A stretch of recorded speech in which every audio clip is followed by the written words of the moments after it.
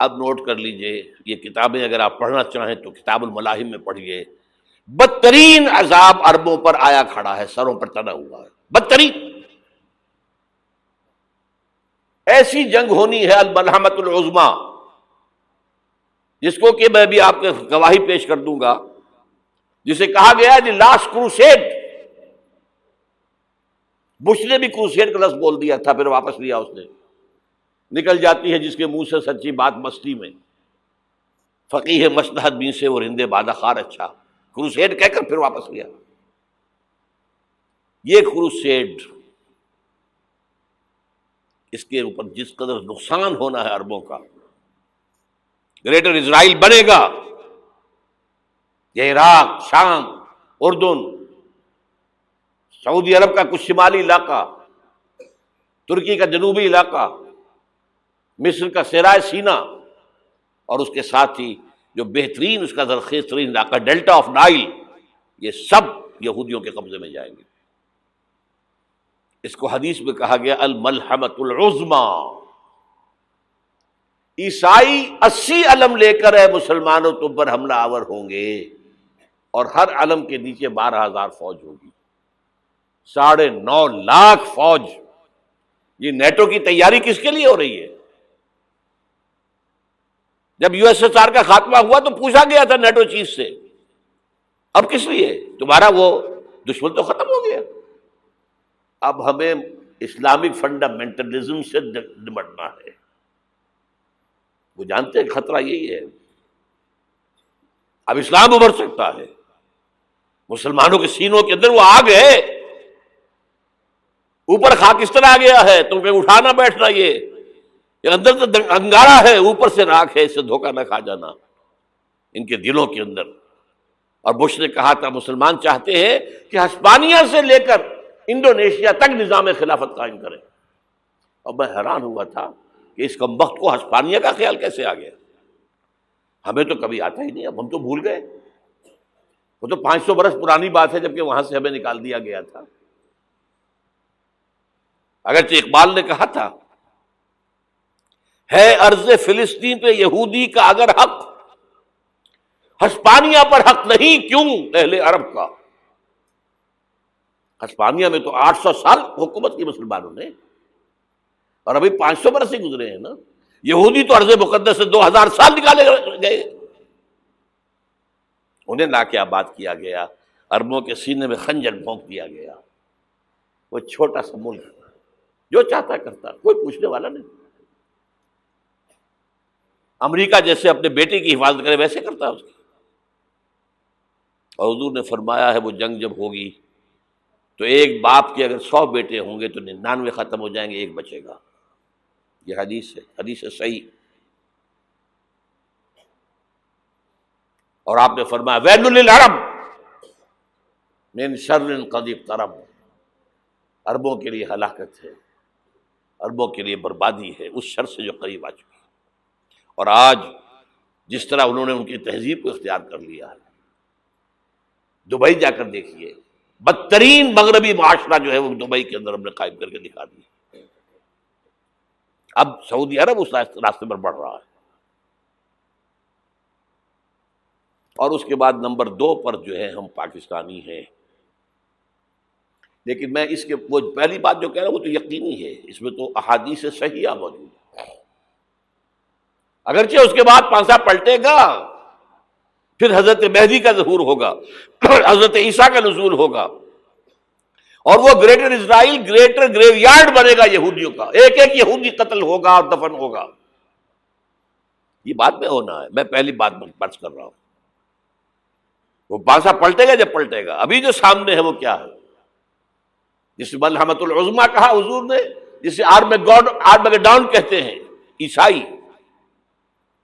آرمگیڈون کی اگر کہیں جا کر آپ دیکھیں گے، آپ ڈکشنری میں مانی تو کیا لکھا ہے؟ A very big war which will be fought between the forces of evil and good before the end of this world۔ اس دنیا کے خاتمے سے پہلے خیر اور شر کی قوتوں کے درمیان بہت بڑی جنگ ہوگی۔ ارمجدون اسے کہتے ہیں عربی میں، اور آرمگیڈون اسے کہتے ہیں انگریزی کے اندر۔ اور یہ بائبل کی آخری کتاب کے اندر ہے، جو اس میں کہ مکاشفات یوحنا، ریولیشنز آف سینٹ جان. یہ تو میں کہہ رہا ہوں یقین کے ساتھ، اور زیادہ دور نہیں ہے، آیا چاہتا ہوں. اس لیے کہ یہودیوں کا اور عیسائی جو کنزرویٹوز ہیں، نیو کنزرویٹوز، ان کا 5 نکاتی ایجنڈا ہے متفق علیہ، جس کے تحت کہ یہ جنگ صلیبی شروع کی گئی ہے. وہ سن لیجئے آپ. آرمیگڈون نمبر 1، گریٹر اسرائیل قائم ہو جانا اس کے نتیجے میں نمبر 2، مسجد اقصی اور قبۃ الصخرہ کو گرانا نمبر 3، وہاں تھرڈ ٹیمپل، وہ مسجد جو حضرت سلیمان نے بنائی تھی 1000 قبل مسیح میں، پھر برباد کی تھی نبوکدنضر نے، دوبارہ بنائی گئی، پھر دوبارہ ختم ہوئی 70 عیسوی تک گری پڑی ہے. ان کا خانہ کعبہ گرا ہوا ہے 70 عیسوی سے لے کر آج تک. ایک دیوار ہے ویلنگ وال، جہاں جاتے ہیں، روتے ہیں، پیٹتے ہیں، ماتم کرتے ہیں، وہاں وہ بنے گا تھرڈ ٹیمپل. اور نمبر 4، اس میں لا کر رکھا جائے گا تخت حضرت داؤد کا. یہ تخت کہاں ہے اس وقت؟ یہ لندن شریف کے اندر، جو ان کی پارلیمنٹ کا جو چرچ ہے، ویسٹ منسٹر ایبے، اس میں رکھا ہوا ہے. ایک پتھر تھا جس پر بٹھا کر حضرت داؤد کی تاج پوشی ہوئی، پھر حضرت سلیمان کی ہوئی، پھر وہ پتھر رکھ دیا گیا جب حضرت سلیمان نے بنایا ہیکل مسجد اقصی، وہاں رہا وہ. ہر بادشاہ جو تھا یہودی اسی کے اوپر بٹھا کر اس کی تاج پوشی ہوتی تھی. سن 70 میں ٹائٹس نے گرایا اسے، ہیکل کو، وہ پتھر لے گیا، وہاں سے روم گیا، روم سے آئرلینڈ گیا، آئرلینڈ سے اسکاٹ لینڈ آیا، اسکاٹ لینڈ سے انگلینڈ آیا، اور اب وہ رکھا ہوا ہے 14ویں صدی عیسوی سے آج تک. وہ ویسٹ منسٹر ایبے میں رکھا ہوا، ایک کرسی کی سیٹ میں اسے بنا دیا گیا ہے تخت کی شکل میں. اب انگریزوں میں کوئی ملکہ ہو، کوئی بادشاہ ہو جس کی بھی تاج پوشی ہونی اس میں ہوتی. یہ لا کر رکھا جائے گا تھرڈ ٹیمپل میں، اور اس پر یہودیوں کے خیال کے مطابق ان کا مسیحا آئے گا جو مسیح دجال ہوگا. عیسائیوں کے خیال کے مطابق حضرت عیسیٰ آئیں گے، وہ ہمارا بھی خیال ہے حضرت عیسیٰ آئیں گے علیہ السلام. بہرحال یہ تو بات کی باتیں ہیں نا. اس وقت جو میں عرض کر رہا ہوں، عربوں پر بہت بڑا عذاب، اور پاکستان کا معاملہ البتہ یہ ہے، میں یقین سے نہیں کہہ سکتا. ہینگنگ ان دی بیلنس، ہو سکتا ہے اللہ تعالیٰ ہم پر رحم فرمائے، ہو سکتا ہے، اگرچہ اس کی کچھ شرائط ہوں گی.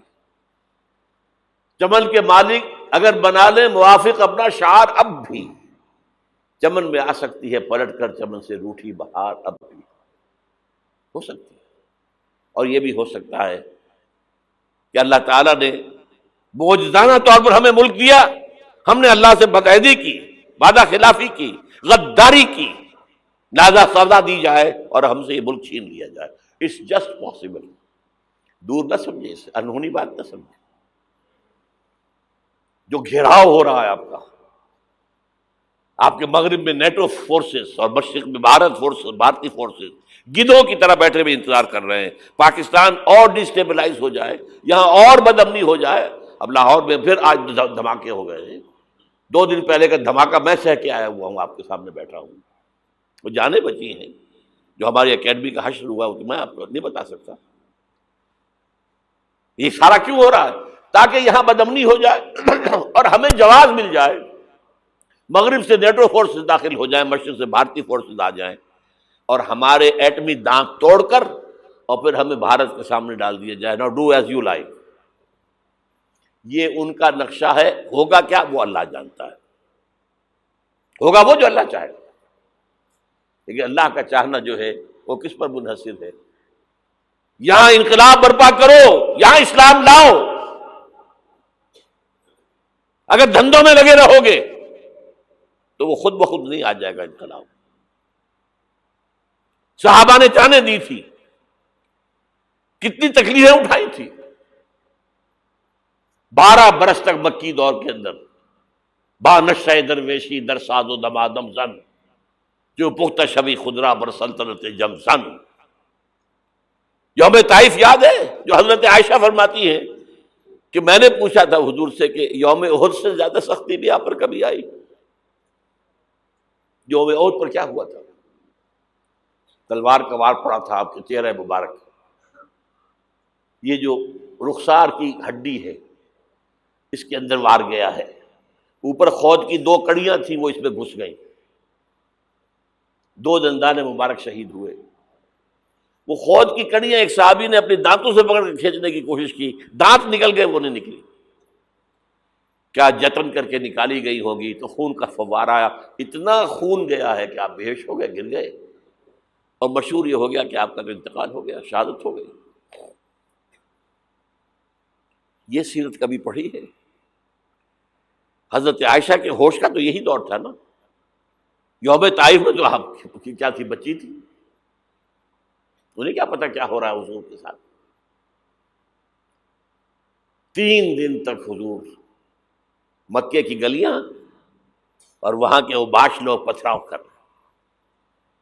گئے تھے اس امید میں کہ شاید وہاں کا کوئی سردار ایمان لے آئے، تو یہاں تو ابو طالب بھی فوت ہو گئے، یہی دنیاوی سہارا تھا، خاندانی سہارا تھا ابو طالب کے ذریعے، اور گھر میں ایک دلجوئی کرنے والی رفیقہ حیات تھی، وہ بھی، ان کا بھی انتقال ہو گیا۔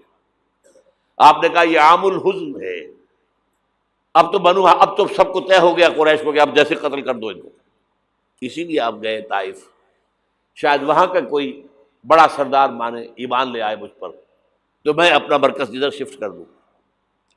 تینوں سے ملے ہیں، تینوں نے وہ جواب دیے ہیں، نکل جاؤ یہاں سے، میں تمہارے ساتھ بات بھی کرنے کو تیار نہیں۔ اچھا، تمہارے سوا کوئی نہیں ملا تھا اللہ کو نبی بنا کر بھیجنے کے لیے؟ دیکھو جاؤ، میں بات نہیں کرنا چاہتا، ہو سکتا ہے میں بے عزتی کر بیٹھوں، واقعی تم اللہ کے نبی ہو تو میں مارا جاؤں گا، جاؤ جاؤ جاؤ۔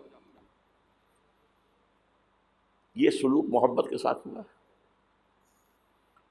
اور پھر چھوکروں کو، اسٹریٹ ارچنز جنہیں آپ کہتے ہیں، اشارہ کیا تھا، خبر لو ان کی، پتھراؤ ہو رہا ہے، ساتھ کوئی ہے ہی نہیں، ایک آدمی صرف، زید ابن حارثہ۔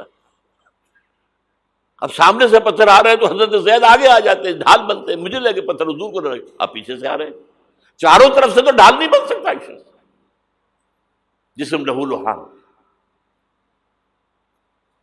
خون جا کر جوتیوں میں جم گیا ہے، جوتی اتر نہیں۔ پھر وہاں سے واپسی پر جو دعا مانگی ہے، اللہم الیک اشکو ضعف قوتی وقلت حیلتی وہوانی علی الناس، اے اللہ تیری جناب میں فریاد لے کر آیا ہوں اپنی قوت کی کمی کا، اپنے وسائل کی کمی کا، اور جو ذلت و خواری ہو رہی ہے لوگوں کے سامنے، الا ملتقننی، مجھے کس کے حوالے کر دیا ہے، الا بعیدی یتجہمنی، یہ میرے اوپر ہجوم کر کے آ جائے، حملہ کریں، اور عدو من لگتا امرے، یہ دشمن کے حوالے میرا معاملہ کیا، جو چاہے کر دے وہ۔